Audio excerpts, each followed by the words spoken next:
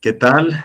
Buenas tardes a todos los que nos están acompañando en esta última edición del ciclo de conferencias por el año ignaciano. Es la última edición, comenzamos en enero del año pasado, del año 2021. Estamos de verdad muy agradecidos por todo lo que vivimos, por todo lo que escuchamos y compartimos este año, que ha sido de mucha revitalización en el espíritu de Jesús a través de la espiritualidad de San Ignacio. Estamos muy contentos ahora de poder cerrar también con broche de oro con Carles Marcet, un querido compañero jesuita. Bueno, les presento un poquito de su historia. Es licenciado en historia ahí en Barcelona, también licenciado en teología, pero en Belo Horizonte, en Brasil. Es miembro del equipo jesuita del Centro de Espiritualidad de la Cova San Ignaci de Manresa, la famosísima Cova de Manresa, y pues de la Escuela Ignaciana de Espiritualidad, conocida como EIDES, que hemos leído muchísimo de ellos, de él y de otros que él ha ayudado a publicar. Bueno, estuvo los últimos 15 años trabajando ahí en la Cueva de Manresa, en esta casa de ejercicios y centro de espiritualidad que tenemos los jesuitas en Manresa.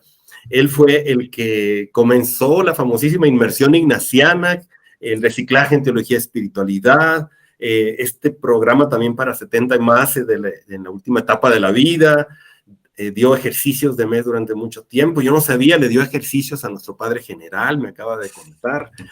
Bueno, ahora, después de todo ese tiempo allá trabajando en el Centro de Espiritualidad de la Cova, está trabajando en una parroquia popular en Manresa, Llobregat, de hecho. Y bueno, tiene un poco tiempo allí, me ha gustado mucho verlo que de tanto en tanto tiene que, para ponernos de acuerdo, decirme, espérame, tengo que ir a atender a la gente aquí en la parroquia, tengo que hacer algo. Entonces me hace de verdad muy entrañable poderlo conocer en esta etapa también. Y bueno, lo tenemos ahora para una conferencia que se llama La espiritualidad ignaciana y la compañía de Jesús, es decir, los jesuitas del siglo XXI. Más adelante posiblemente nos acompañe el padre Guillermo Prieto, rector del Instituto de Ciencias, que ha estado apoyando tanto en este ciclo. Y bueno, si de pronto ven que lo ven entrar, sépanse pues que por eso nos acompaña.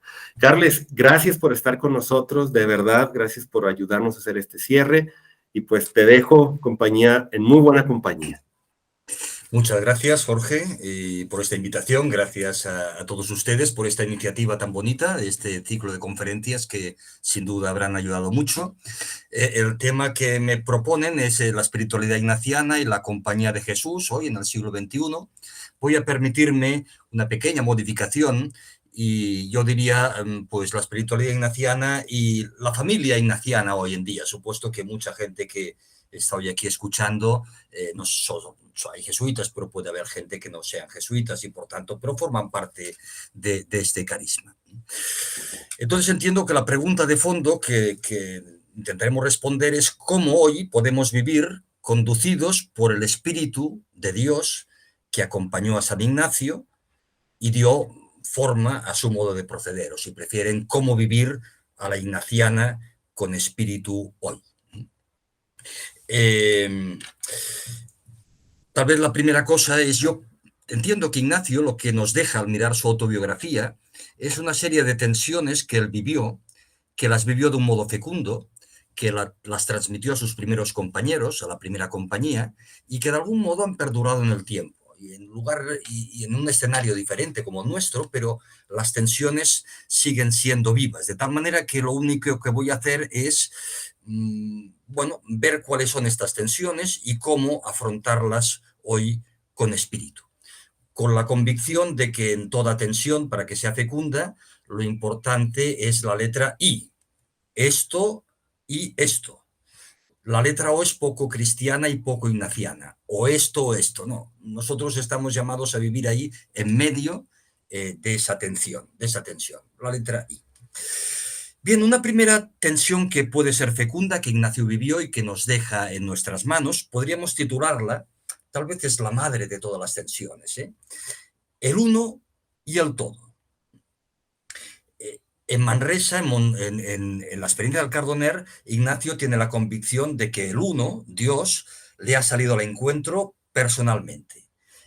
Y desde ese momento él aprende a vivir todas las cosas como nuevas. Es decir, es una experiencia de integración, ¿eh? Todas las cosas, él lo formula así, las cosas espirituales, las de fe, las de letras, ¿eh? Se recomponen en una perfecta armonía, sostenidas por el uno. ¿Eh? Y eso es lo que le capacita, es el eslogan que hemos tomado este año, a ver nuevas todas las cosas en Cristo, en el único.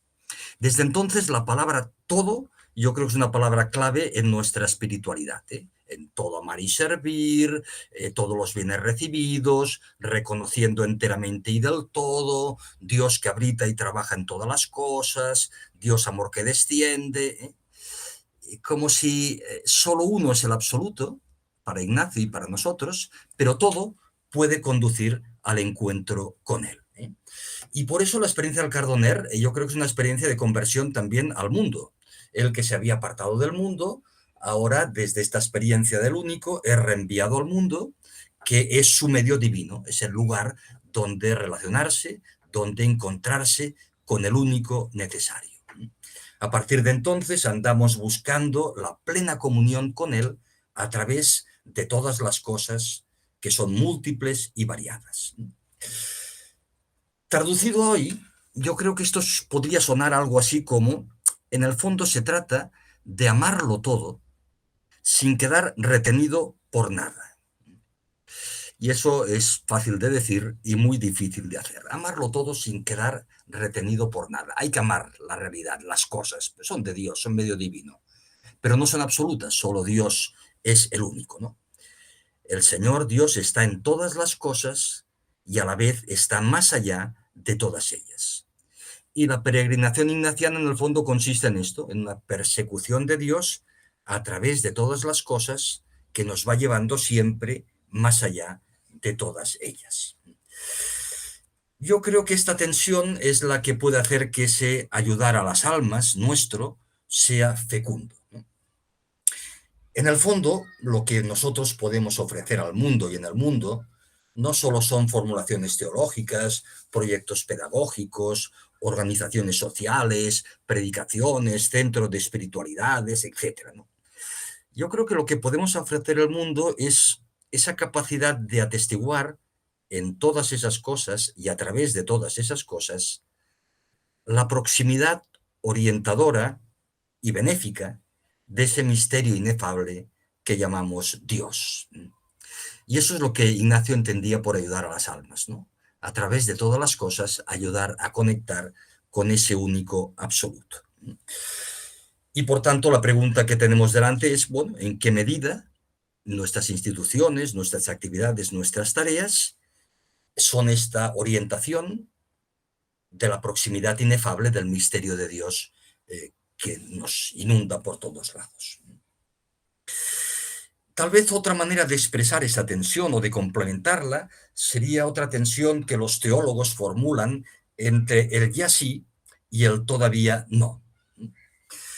La experiencia del Cardoner para Ignacio en el fondo es un ya sí, es una experiencia de resurrección. Frente a lo que antes era ceguera, ahora es luminosidad, es iluminación, y una iluminación referencial y fundante para toda su vida. Cuando estaba en Roma de general y le preguntaban, ¿y por qué ha tomado usted esta decisión? Él decía, pues un negocio que me pasó en Manresa. Manresa tuvo esa luz, ese y así, ese sentirse habitado plenamente por Dios, esos ojos iluminados plenamente por el Espíritu. En Manresa descubrirá que toda la realidad es amada por Dios, que toda la realidad vive en Dios y que Dios vive en toda la realidad, ¿no? Y se descubrirá a sí mismo como una criatura amada, porque aquel que tenía como amo, resulta que ahora lo ha descubierto como el amor. Es la experiencia de éxtasis, de plenitud, de ya sí, ¿eh? pero siguiendo su peregrinación no se va a quedar allá en ese éxtasis permanente, va a tener que bajar de ahí, ¿no? Y va a tener que proseguir el camino persiguiendo a Dios en todas las cosas. Y hay un momento, el momento de la estorta, que es el momento del todavía no. Si antes de Manresa Dios era el amo, si en Manresa Dios es el amor, en la estorta Dios es el siervo, es el hijo. Y es el hijo que le invita a ir con él cargando su cruz. Es la experiencia de ser puesto con el hijo, de ser configurado por el hijo. Todavía no estamos plenamente resucitados porque todavía hay que cargar muchas cruces y muchos crucificados. Las dos experiencias, por tanto, son un regalo. El Cardoner le dinamiza a ayudar a las almas, a comunicar la buena noticia de que Dios está cerca y de que eso es bueno. Y la estorta es el regalo de ser puesto con el Hijo, también movilizante. Se trata de servir a Dios en el dolor del mundo. Bien, toda experiencia de Dios, por tanto, del ya sí en nosotros, nos conduce también al todavía no, hasta que Dios lo sea todo en todos. Yo creo que esto hoy nos invita a realizar como 3 aprendizajes de vivir esta tensión entre el ya sí y el todavía no.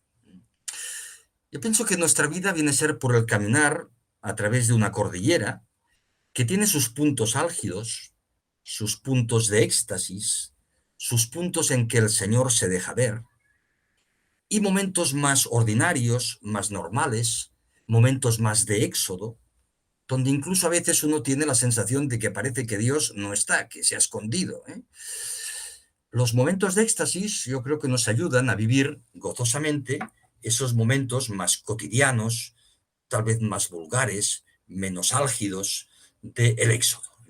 Y así vamos aprendiendo a vivir lo extraordinario en lo ordinario. Aprendemos a vivir lo concreto y cotidiano desde el exceso que ya lo está habitando.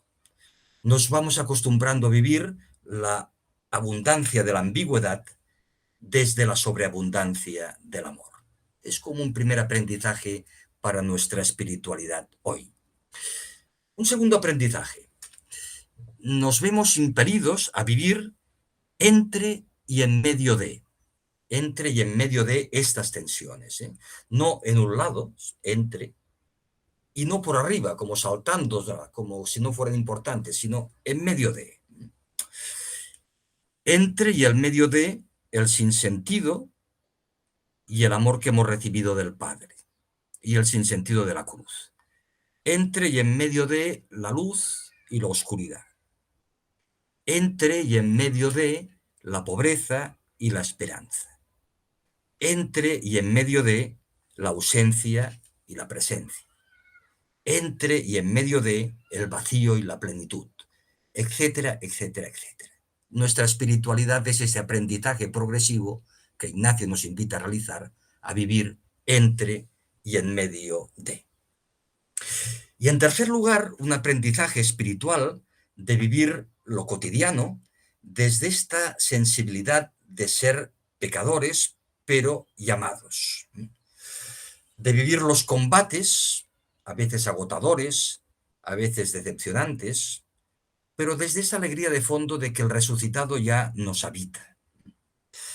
En definitiva, la tensión del ya sí y el todavía no viene a ser una tensión que nos invita a comprender nuestro peregrinaje y nuestra vida como una promesa, que no está plenamente realizada, pero que tampoco es totalmente absurda, sino que es la promesa de seguir caminando a una comunión siempre mayor con ese Dios también siempre mayor en todas las cosas. Eso es lo que él vivió y eso es lo que a nosotros nos invita a vivir. De tal manera que el uno y el todo, el ya sí y el todavía no, son como 2 movimientos de una misma sinfonía. Y los dos son necesarios. Si nos quedamos solo con el ya sí, con la experiencia del Cardoner, con el éxtasis, sería algo así como decir de una manera muy vulgar, mucho Dios y poco Jesús. Mucho horizonte y poco camino. Mucha inmersión oceánica en el trascendente, pero poca inmersión en lo cotidiano nazareno. El peligro, evidentemente, es espiritualizar. Hay que poner la letra I.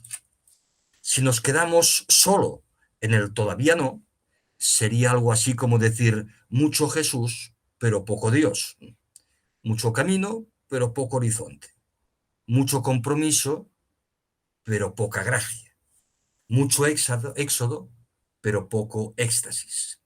Y ahí el peligro es que nuestro seguimiento, nuestra espiritualidad, sea más bien ética, ideológica y poco profunda.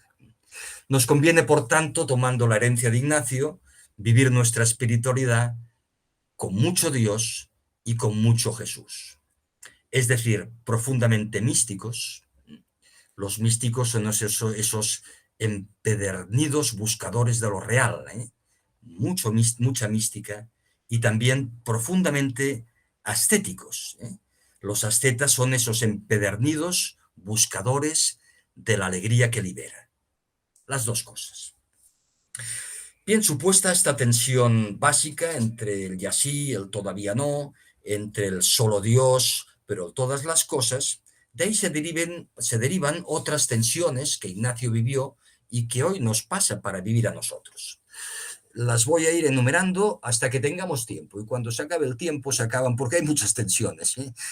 La primera la podríamos llamar así: inmediatez y mediación.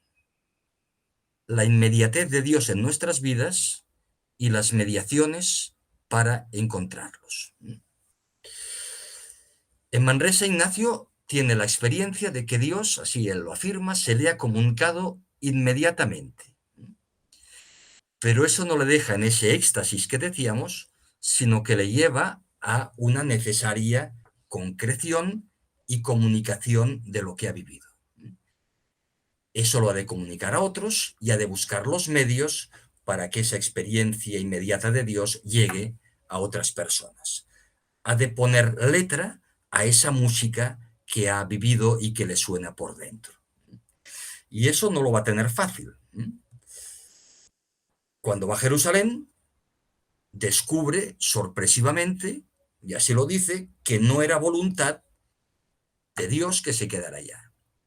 Y cuando parecía que había alcanzado su objetivo, venga, vuelta a caminar, otro éxodo, ¿no? Y busca la mediación del estudio, una manera que le entiende útil y necesaria para comunicar a través de medios esa inmediatez de Dios.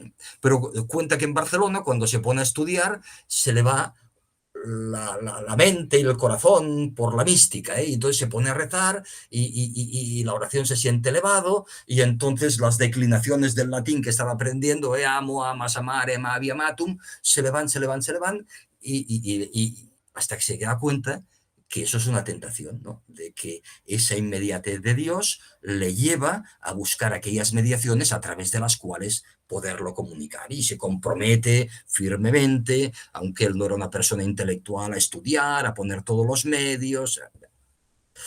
El solo Dios requiere mediaciones. Y eso yo creo que nos deja también a nosotros un legado, tanto personal como institucionalmente, de buscar aquellas mediaciones, aquellas letras, a través de las cuales expresar aquello de lo que vivimos y por lo que vivimos, aquella música de fondo que nos habita. Y es importante que dichas mediaciones no solamente sean muy visibles, sino sobre todo sean luminosas, es decir, sean capaces de transparentar la luz que nos habita. Una mediación es luminosa, entiendo, cuando desde fuera se percibe que en aquella cosa concreta, en aquel lugar concreto, está pasando algo que es significativo, algo que tiene un pelo de insólito, un pelo de excesivo. Si desde fuera, cuando se miran nuestras tareas, nuestras personas y nuestras instituciones, la gente entiende que allá en el fondo hay una música que nos depasa, que nos desborda, que es insólita y que es sobreabundante, eso despierta preguntas, despierta inquietudes, despierta búsquedas. Y de eso se trata de nuestras mediaciones y de nuestras concreciones, que despierten todo eso, ¿no? Podríamos preguntarnos, pues, ¿qué dicen de Dios o qué transparentan de Dios nuestras mediaciones, nuestros estudios, nuestras instituciones de todo tipo, nuestras ofertas formativas, etcétera, etcétera? Segunda tensión que nos deja Ignacio, esto se puede perseguir a través de su biografía, de autobiografía, pero sigue siendo permanente hoy. Lo carismático y lo institucional. Es una versión parecida a la tensión anterior, ¿no? A medida que la experiencia carismática y personal, que siempre tiene el peligro de ser subjetiva, que Ignacio vivió, a medida que va cobrando cuerpo, que se va concretando, entra en diálogo, a veces tenso, con la objetividad de toda institución. En Jerusalén, Ignacio pretende vivir su pretensión carismática, aquello que ha experimentado en Manresa, vivirlo allá, y topa con la institución, con la realidad, en aquel caso representada por los franciscanos, que le dicen que no se puede quedar, porque la realidad es peligrosa, y ahí topa. En Alcalá, en Salamanca, cuando empieza a dar a modo de ejercicio sus experiencias, topa con la institución de la Inquisición, que le dice que si no ha estudiado, pues que él no puede hablar de estas cosas de Dios, y le sabe mal, pero bueno, pero acepta y busca la manera de encontrar otros caminos. Es curioso cómo Ignacio tiene un empeño expreso de no separarse, de no apartarse de la objetividad institucional, pero a la vez mantiene un interés expreso de no claudicar a comunicar su experiencia carismática, pues entiende que precisamente eso es lo que puede aportar a la institución de la cual él no quiere salirse.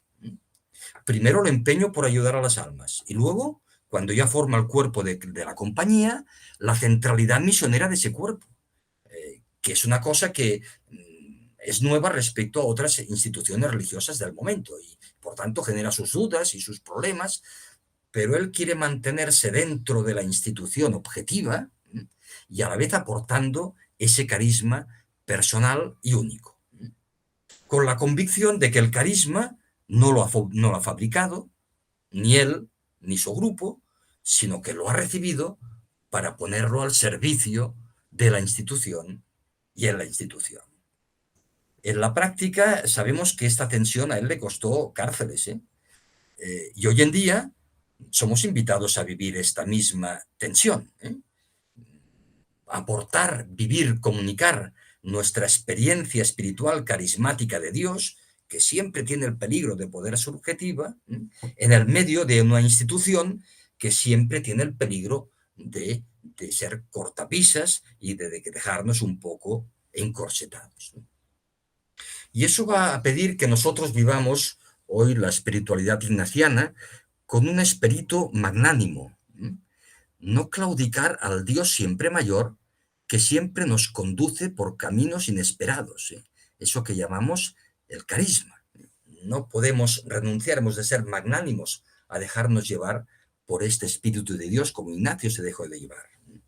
Y a la vez hemos de ser lo suficiente humildes para dejarnos confrontar con las realidades objetivas, institucionales, en las que nos encontramos. Si lo quieren dicho de otro modo, hemos de aprender a vivir nuestra misión con esa grandeza de corazón, asumiendo las limitaciones propias de la realidad. Había quien formulaba esto diciendo, se trata de mantener la piel dura, porque hay que bregar con los límites, con los fracasos, y el corazón tierno, porque hay que acoger siempre la realidad de la manera más cariñosa posible. La piel dura y el corazón tierno. Fíjense que a veces vivimos la misión al revés. La piel tierna, y a la que nos pican nos hace daño, y el corazón duro como una piedra. Pues lo que Ignacio nos invita es justo al revés, ¿eh? La piel fuerte, sólida y el corazón enternecido. Una tercera tensión que se desprende de la vida de Ignacio y que nos alcanza hoy, la podríamos encontrar entre apasionamiento y lucidez. Ignacio fue un personaje que fue aprendiendo a no contentarse con poco, ¿eh? El magis. Y fue aprendiendo también a no tenerse por mucho. No se contentaba con poco, era un apasionado del Dios siempre mayor. En Montserrat, los monjes decían, este peregrino está loco, apasionado por Cristo. No se contentaba con poco. Pero aprendió también a no tenerse por demasiado. En Manresa había ganado en lucidez y había aprendido que la pura y desnuda voluntarismo no conduce a ninguna parte, que tenía que dejarse hacer humildemente por Dios. Y es curioso cómo esta tensión en los ejercicios también nos la transmite, si recordamos la meditación de las dos banderas, ¿no? Las dos peticiones que nos propone, ¿eh? La primera, conocimiento de la vida verdadera para limitar, ¿eh? Apasionamiento por el Señor Jesús para limitar, porque es lo que más conduce, ¿eh? Pero también conocimiento de los engaños del mal caudillo para me guardar, es decir, lucidez para no dejarse llevar por actitudes prepotentes, eficatistas, etcétera, orgullosas, etcétera, etcétera, etcétera. Las dos cosas. Apasionamiento sin lucidez, lo que hace es situarnos en el mundo de un modo a veces eficacista o incluso prepotente. Recordemos la experiencia de Ignacio en Montserrat con aquel pobre, con todo el apasionamiento que tiene, pero sin lucidez, le deja los vestidos y aquel pobre hombre le da una paliza que luego Ignacio dice, es el primer momento que se pone a llorar. Dice, qué estúpido que he sido, tan apasionado y qué poco lúcido. Pero al revés también, lucidez sin apasionamiento nos puede convertir en personas conformistas, pusilánimes, de aquellas que dicen, pues es lo que hay, hasta aquí hemos llegado, y olvidamos que Dios siempre es mayor. Yo creo que hoy en nuestra espiritualidad en el siglo XXI, para que esta pretensión sea fecunda, su formulación podría sonar así. Se trata de perseguir altos ideales con modestas concreciones. A veces nos empeñamos en perseguir altas concreciones, muy visibles, centros muy espectaculares, de unos ideales muy chiquitos. Al revés, altos ideales, los ideales bien, bien altos, ¿no? Y poquito a poquito, modestas concreciones que lo vayan encarnando. Porque si no, lo contrario, pues es mucho ruido y pocas nueces en el fondo. Es propaganda y marketing y poco más. Y nuestra misión, evidentemente, nuestra espiritualidad es algo más que eso. Es tener en cuenta los grandes proyectos y la letra pequeña. A veces será necesario en nuestra misión, en nuestra espiritualidad, sostener muy humildemente, pero sostener tareas de gran envergadura. Y tendremos que hacerlo sin caer en la soberbia de creernos los mejores. Y otras veces la misión, la espiritualidad, el carisma nos llevará a sostener una presencia muy nazarena, muy discreta, muy callada, sin renunciar por ello a la capacidad transformadora que tienen este tipo de presencias. Bueno, esto en mí es muy reciente. Yo he estado hasta hace poco, como me presentaba Jorge, en Manresa, que es un centro visto desde fuera, espectacular, grandioso, pues bueno, allá humildemente sostener aquella presencia. Y ahora me encuentro en un barrio pequeñajo, en un rincón de la ciudad, una vida nazarena, bueno, pues también sostener ahí la espiritualidad sin claudicar, pues a que esa presencia también sea transformadora del entorno, ¿verdad? En la tradición de la compañía hay dos personajes que encarnan muy bien esta tensión. Alonso Rodríguez, San Alonso Rodríguez, aquel hombre que entró ya mayor en la compañía y vivió prácticamente toda su vida de jesuita como portero en el colegio de Montesión. Y es santo, y es santo. Y aquello que decía, cada vez que llamaban a la puerta, él decía, ya voy, Señor, esa presencia nazarena, humilde, discreta, pero siempre abierta a la acogida, ¿no? Allá le conoció San Pedro Claver, otro santo, que era maestrillo en aquel momento, y se hicieron muy amigos. Y San Pedro Claver será la imagen de un jesuita, bueno, espectacular, en las fronteras, en Cartagena de Indias, donde llegan los barcos esclavistas, atendiendo aquella realidad tan cruda. Y cada vez que había un barco internamente decía lo que había aprendido de San Alonso Rodríguez. Ya voy, Señor. Fíjate cómo en el fondo son dos presencias, pero son como dos movimientos de una misma melodía, de un único baile. Pues yo creo que la gracia de la espiritualidad ignaciana es mantener esta tensión.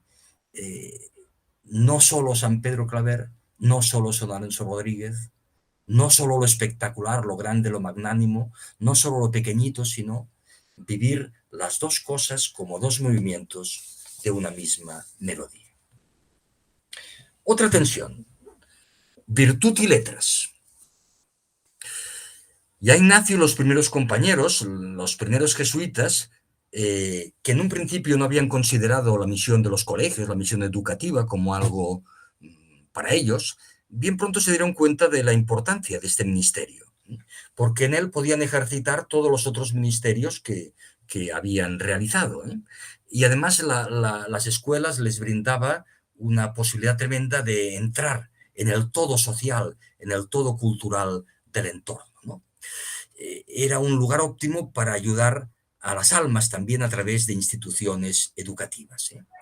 Y Ignacio, cuando propone esta misión, dice, aquí el objetivo es ayudar a las personas a crecer en virtud y letras. Virtud, la capacidad de responder al amor de Dios que ha derramado en nuestros corazones. Eso sería la virtud. Y por tanto, mirar el mundo con los ojos con que los mira Dios que tanto lo ama, ¿no? Y letras, conocimientos, habilidades, aptitudes, para ponerlas al servicio de este mundo que es tan amado por Dios. La sola virtud tiene el peligro de generar en una especie de buscar perfeccionismos absurdos, ¿no? Y las solas letras tienen el peligro de derivar en una especie de carrera hacia la cumbre del éxito. No. Las dos cosas, ¿sí? Yo creo que hoy en los colegios, pero eso puede ser válido para todo otro trabajo ignaciano, de espiritualidad ignaciana, ¿no? En los colegios la virtud la traducen por compasión. En el fondo, pues es mirar al mundo con los ojos y con el corazón de Dios. Aquella dicha tan amanida, ¿no? Todo depende del color del cristal con que se mira. Es un dicho un poco posmoderno. Desde el espíritu ignaciano diríamos, todo depende del dolor compasivo con que se mira. Esa sería la virtud, mirar el mundo con ese dolor compasivo. Y las letras la traducirían por la palabra competencia, es decir, esa capacidad de aportar algo cualitativamente sustancioso al mundo para el bien colectivo, para el bien de las sociedades, ¿sí? Por tanto, conviene sostenerla ahí. Y conviene que hoy en nuestras instituciones educativas y no educativas no nos olvidemos de la dimensión espiritual propia de las personas, de esa capacidad de conectar íntimamente con la compasión de Dios.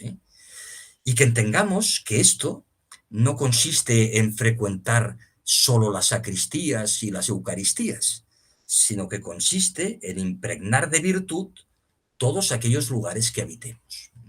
Y así vivimos los dos polos de la tensión. Otra tensión, contemplación y acción. Esta es bien conocida, la frase, ¿no? Contemplativos en la acción, y podríamos decir también activos en la contemplación. Yo creo que ya en Manresa, cuando Ignacio concibe esta manera de estar en el mundo, ayudando a las almas de la mejor manera posible, entiende que esto no se improvisa, que esto se cultiva y se trabaja. que toda acción servicial, que todo compromiso, más que nunca hoy también, necesita del hábito de saber mirar la realidad con hondura. Pide una capacidad contemplativa, una capacidad de escucha de la realidad, ¿no? Para que nuestro servicio, nuestra espiritualidad es de servicio, es servicial, pero para que nuestro servicio sea el adecuado, sea el necesario, sea el que la realidad contemplada reclama y no lo primero que se nos ocurra o se nos pase por la cabeza. Es la importancia de integrar estas dos cosas, ¿no? Y por tanto yo creo que hoy nuestra espiritualidad nos lleva a habituarnos a hablar con Dios antes de hablar de Dios, ¿no? A mirar el mundo desde Dios antes de ponernos a servir a Dios en el mundo. De sintonizar, palpitar con el corazón de Dios para que toda la realidad que Él tanto ama sea introducida en nuestro corazón, etcétera, etcétera. La tensión, contemplación y acción, muy de Ignacio, también muy ignaciana y también muy del siglo XXI. Otras tensiones que solo me va a dar tiempo prácticamente de enunciar. Pobreza y medios apostólicos. Ignacio sabemos que es amante de la pobreza. Camina por los caminos de Europa solo y a pie, viviendo de cualquier manera, albergándose en los hospitales, que eran los lugares, diríamos, pues de una pobreza mayor del momento. Y a la vez lo vemos estudiando en una de las universidades europeas, como la de París, de más prestigio, de más calidad y más cara. Cuando ya funda la compañía, Ignacio no dudará en asumir medios apostólicos que requerirán dineros, que tendrán prestigio y que tendrán influencia. No dudará en ello. Diríamos que Ignacio poco a poco va aprendiendo a descubrir la pobreza como sacramento, no como absoluto, sino como sacramento. La pobreza no es el lugar, no es el objetivo, pero sí es un lugar, es decir, es un medio, es un instrumento. ¿Cómo hoy podemos vivir esta tensión? ¿Cómo hoy podemos vivir la pobreza, que fácilmente la podemos dejar de lado, en un extremo de la tensión? ¿Cómo vivirla de manera sacramental, de una manera que no nos resulte como un imperativo, como un absoluto, como un... ¿Cómo vivir hoy la pobreza de manera que reconozcamos que es un don, que no es una especie de voluntad ideológica, que uno dice voy a ser pobre, bueno, es un don que uno recibe, es el don de estar cerca de Jesucristo, es el don de ser configurado por el Hijo que vivió también en pobreza, ¿no? Es el sacramento de acercarnos al lugar donde está el Hijo y que da una credibilidad tremenda a todo aquello que podamos anunciar, ¿no? Y que de alguna manera verifica que eso que decíamos el todo, todo es lugar, todo es medio de encuentro con Dios, el todo es el todo, y el todo empieza por lo más bajo, y el todo empieza por lo más pobre, porque si no empieza por ahí ya no es todo. ¿Cómo poder aplicar hoy eso que Ignacio les invitaba a aquellos jesuitas que había enviado a Trento, un lugar prestigioso, el lugar del concilio, el lugar donde se van a cocer las habas? Y Ignacio les decía, pero ustedes a vivir en los hospitales, y no se olviden de enseñar a los rudos y de dar la catequesis a los niños. Y en el fondo eso es lo que maravillaba a las gentes, ¿no? Estos jesuitas no se han ido a vivir al palacio del arzobispo de no sé dónde, se han ido a vivir al hospital de los mendigos.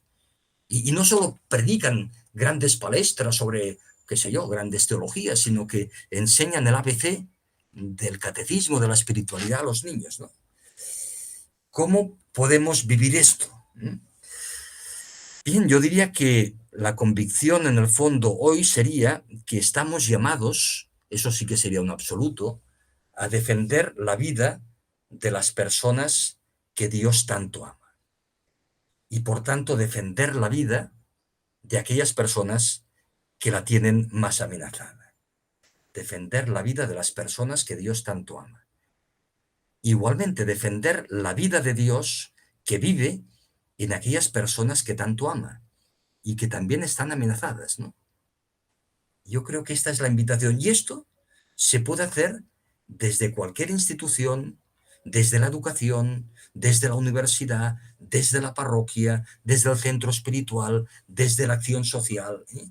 Tener siempre esta perspectiva. Aquí estamos para defender la vida de Dios que tanto ama y que está muy amenazada en tantas y tantas personas.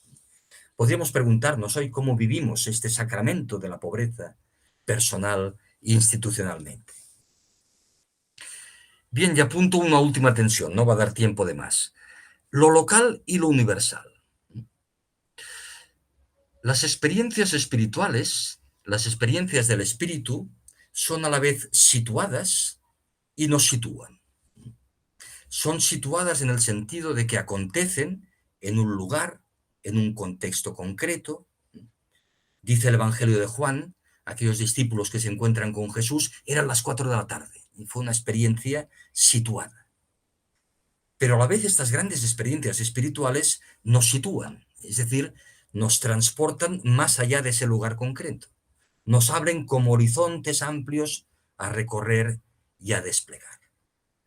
San Ignacio tiene la experiencia del Cardoner en un lugar muy concreto, que hoy en día casi lo podemos como identificar y tal, una experiencia situada, pero que le sitúa de un modo nuevo en el mundo, ¿no? Y más allá de ese lugar, él sigue su camino situado desde esa experiencia. Lo mismo acontece en la Extorta, una capilla concreta, a determinadas millas de Roma, muy cercadito, un lugar situado, pero la experiencia que ella tiene le sitúa al lado del hijo que lleva la cruz y le abre una perspectiva nueva. A partir de ese momento, toda su cosa será configurarse al hijo, ¿no? También a nosotros hoy las experiencias espirituales son situadas y por tanto locales, encarnadas, y a la vez nos sitúan, nos abren a un universo, a lo universal, mucho más amplio. Si las experiencias solo nos sitúan, si solo nos abren a lo universal, a lo mejor nos puede faltar esa sensibilidad propia de aquel que toca con los pies en el suelo la dura realidad cotidiana.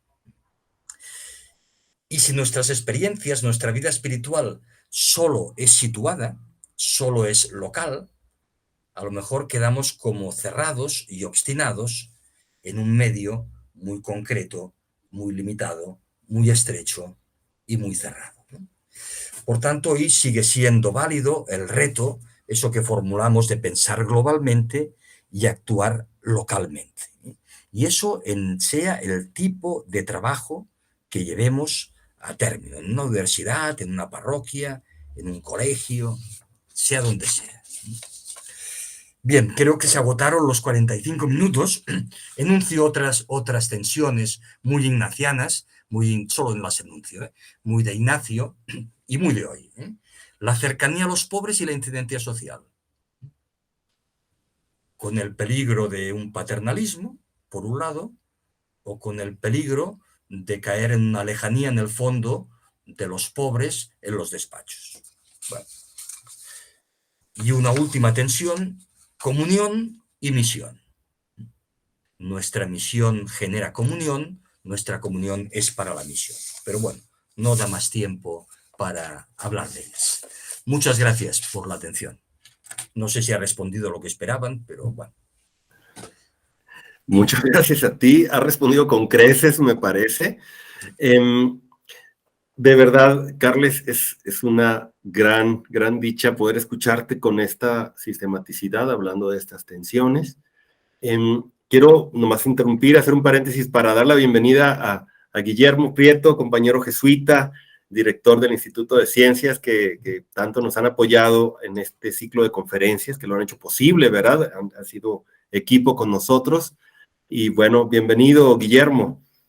Gracias, Jorge. Carles, muchas gracias por tu plática, por tu participación, por conectarte a través de las redes y así unir a la compañía mundial, cada quien desde donde estamos. Gracias también por esta conferencia de la compañía en el siglo XXI que muchas veces nos cuestionamos todos, es decir, ¿qué toca hacer ahora? ¿Cómo toca pararnos ante la realidad, ante el mundo? Y creo que nos has dado muy buenas pistas.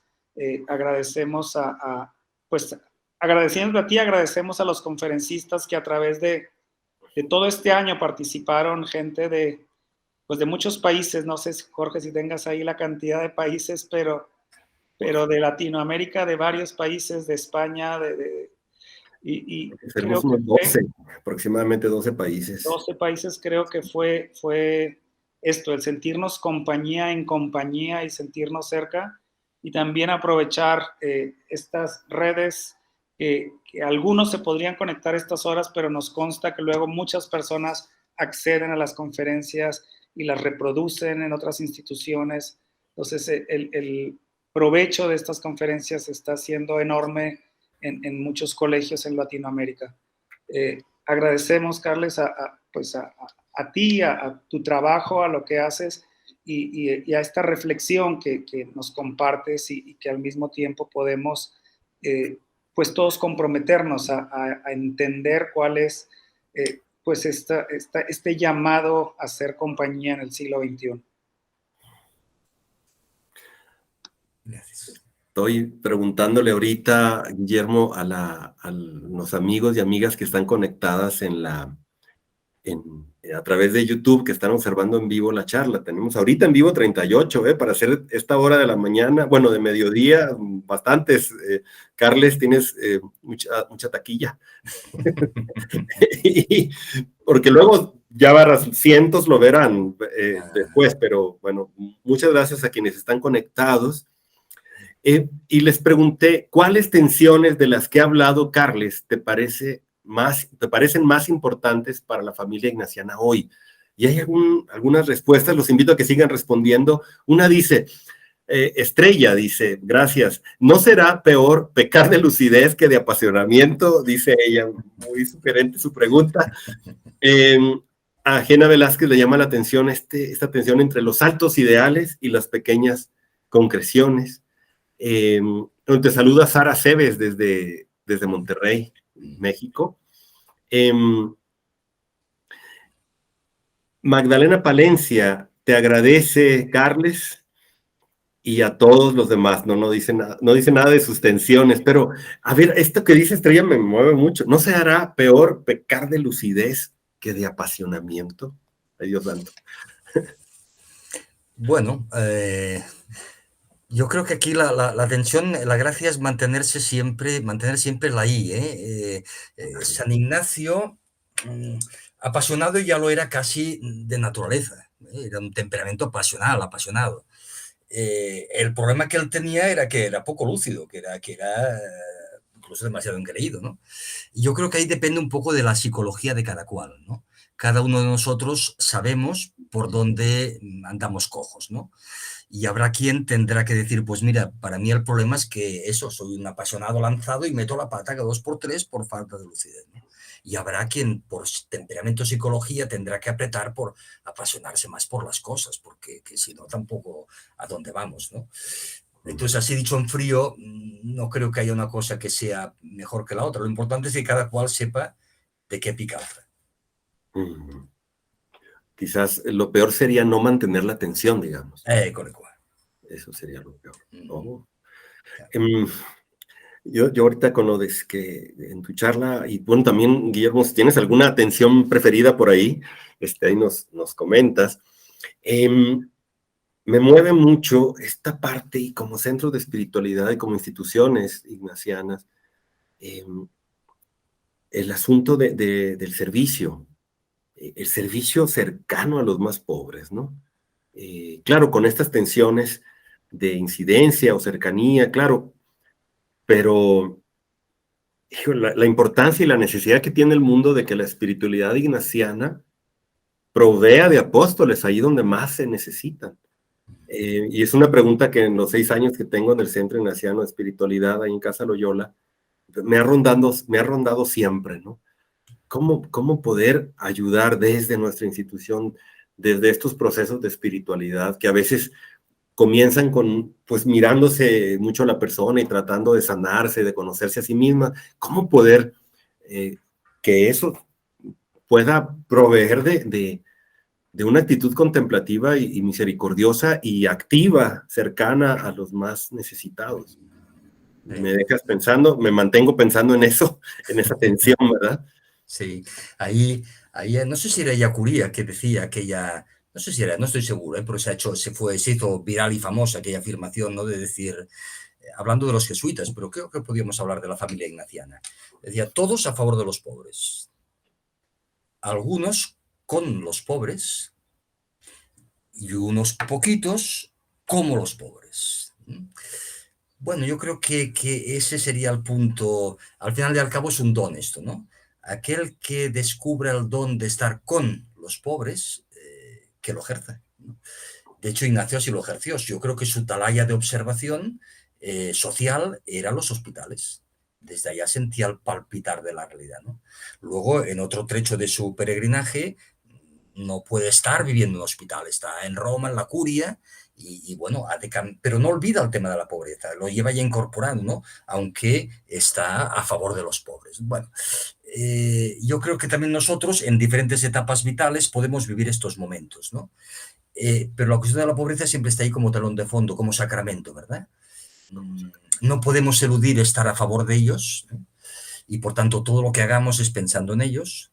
Ojalá vivamos el don de vivir como ellos, lo más modestamente posible, y aquellos que puedan y tengan la gracia de vivir con ellos, pues eso ya es. Bueno, no sé si respondo mucho a la pregunta, pero yo entiendo que por ahí va la cosa. O sea, lo que es evidente es que Ignacio no vivió toda su vida como los pobres, no. De hecho, sí, pero lo experimentó. En la historia de nuestra autobiografía puede haber momentos de las tres cosas, ¿no? Pero lo importante es que los pobres siempre estén ahí resonando, porque al fin y al cabo es eso, es lo que Dios más ama en este mundo, ¿no? Y por tanto, lo otro sería construir castillos en el aire. Guillermo, ¿querías comentar algo? No. No, perdón, adelante. Hay unos comentarios que están llegando.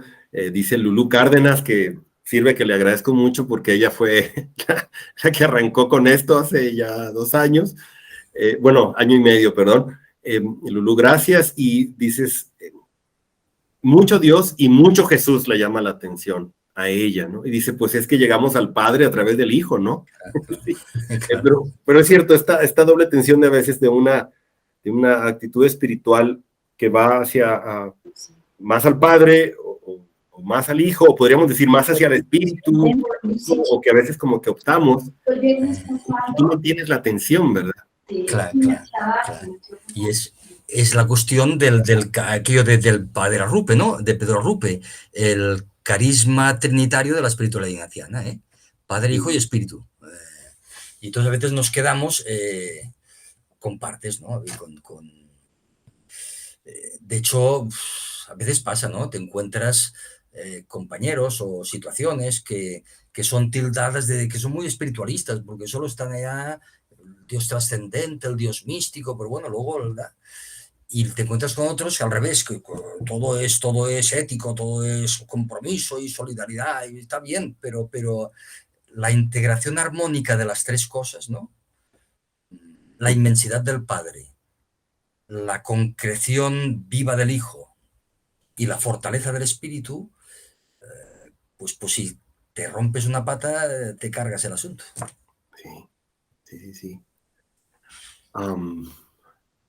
Esta primer... Es cierto, toda esta charla ha tenido que ver con esta visión de las patas, ¿no? Como esta mesa, los trípodes, ¿no? Estas que necesitan estar bien asentadas las tres, aunque haya tensión entre ellas, precisamente la tensión es la que hace la magia del sostén, ¿no? Claro. O cuando son, obviamente, bípedos, es la que hace la magia también del caminar. Creo que ahí es donde estamos ahorita necesitados, ¿no? Como aceptar y abrazar estas tensiones que se dan. al En el respecto fondo, de, Jorge, si me permites, la claro, tensión yo creo que es trípode, porque están los dos polos y la I es el espíritu. ah, El espíritu en nosotros lo que obra es vivir esta tensión con fecundidad y no de una manera amargada. Por tanto, al fondo es trípode, ¿eh? me encanta eso, cómo poder vivir estas tensiones Claro. desde el espíritu, con alegría, con optimismo. Tú lo decías hace rato, con magnanimidad, cuando hablabas de la iglesia, mantener la piel dura y el corazón tierno, ¿verdad? Y creo que a veces se da, por lo voy a hablar de mí, y no sé si otros que se suscribirán, después de algunas experiencias quizás difíciles que hemos tenido también a nivel eclesial, podemos mm, perder este corazón tierno hacia nuestra madre iglesia. Y usar la espiritualidad ignaciana como un modo de evadir como el asunto religioso. El asunto religioso es precisamente lo que nos liga, lo que mantiene tensión andando, ¿no? Y, ay, de pronto la espiritualidad ignaciana se vuelve este espacio no antirreligioso, pero sí parareligioso, ¿no? Y quizás con un corazón duro, un corazón que toda la ternura y la esperanza también en una familia que es eso, más familia que institución. Y quizás hemos aprendido a verlo más como institución en términos weberianos y no como familia, como cuerpo, en términos más orgánicos y tiernos o más desde el corazón. Y es aquello que dice, en el fondo, la casa solo se reforma desde dentro, cuando la habitas, ¿no? Desde fuera no. Pues un poquito eso, ¿no? Porque es la casa tuya, es la que te quieres, aunque está llena por todos lados aparecen grietas, pero bueno, pero si no estás dentro no la reformarás, ¿no? Sabes que ahora quiero hacer un comentario, quizás antes que nada. Conchita dice algo muy bonito, Conchita Cimarro, tan colaboradora, ya les dije. Es de lo que has dicho, y de pronto responde Conchita diciendo, esto lo dice o esto es porque Carles habla de Dios después de haber hablado con Dios. Entonces, Carles, gracias por transparentar eso. De entrada, perdón que si a lo mejor es un poco bochornoso escuchar eso, pero te lo quiero decir. Y quiero aprovechar el último minuto para darte gracias antes de hacer el cierre, digamos, oficial. Quiero darte gracias a nombre de pues, toda la Conferencia Latinoamericana de Centros Ignacianos de Espiritualidad, a nombre de ellos que comenzamos estas charlas, a nombre de todos los centros que se unieron para poder hacer esto, tanto de aquí de Latinoamérica, de México, como de allá de España. Pues te quiero agradecer por cerrar de esta manera así tan complexiva. Muchas de las cosas que has dicho reflejan lo que los otros 19 expositores, conferencistas, los y las conferencistas compartieron. De verdad, muchas gracias. Gracias por transparentar tu charla con Dios a través de hablarnos de Dios. Y pues bueno, Muchas gracias también a vosotros por haberme invitado. Un placer sentirme en comunión, en la distancia, con todos vosotros y saber que andamos todos, pues, movidos por el mismo impulso, deseo y misión. Gracias a todos, de verdad. Te agradece Lulu Cárdenas, Estrella, María Luisa Marcet, me suena conocido el apellido. Esta es mi hermana. Corra, Alejandra Kuhlman, Adriana Musi, creo que la vas a reconocer, Conchita, Estrella Peastro ya había dicho, Dolores Palencia, Magdalena Palencia, Carmen Virueta y otros que han estado participando y otras. Y algunas de ellas, pues amigas de los cursos que han pasado por Manresa, de los cuales tengo un recuerdo muy entrañable. Y pues bueno, pues creo que llega el momento. Guillermo, ¿quieres decir? Pues no, vamos a empezar con el cierre. Gracias, la verdad, para el Instituto de Ciencias a mí me tocó este año de transición, yo llegué, pero el rector anterior, Gustavo González, fue quien comenzó este ciclo de conferencias junto con ustedes, y me consta por pláticas con personas que llevan cursos acá con nosotros, mamás, papás, que son conferencias que son revisitadas y que se quedan en las redes y y se le saca mucho provecho. Van buscando el momento adecuado para cada una de las pláticas y es un tesoro que tenemos en electrónico y que el colegio seguirá compartiendo en su página web para que todos tengan acceso a todas las conferencias, a todas las que tuvieron desde hace un año. Y creo que, bueno, que fue una manera muy hermosa para celebrar este año ignaciano, el poder unirnos con gente de tantos países y reflexionar sobre nuestra espiritualidad, cómo la vivimos, cómo se está poniendo en práctica en diferentes ámbitos, inclusive, pues bueno, se visitaron cuestiones históricas del carisma original, pero también, como lo vimos ahora, de la actualidad, y creo que es una videoteca, que el Instituto de Ciencias se queda muy valiosa con gente como Carles, valiosísima, que tienen mucha experiencia y que será compartido con mucho más gente. Agradecemos a todos los conferencistas, a todos los que participaron y a todos los que, pues sí, cada conferencia se conectaban y se enriquecieron con nosotros. Gracias a todos. Pues también gracias por hacer equipo, de verdad, al Instituto de Ciencias, a ti, Guillermo, a Gustavo, que también comenzó con mucho ánimo, y bueno, ahorita ya no está en el colegio, pero también le mandamos desde aquí un caluroso saludo y agradecimiento.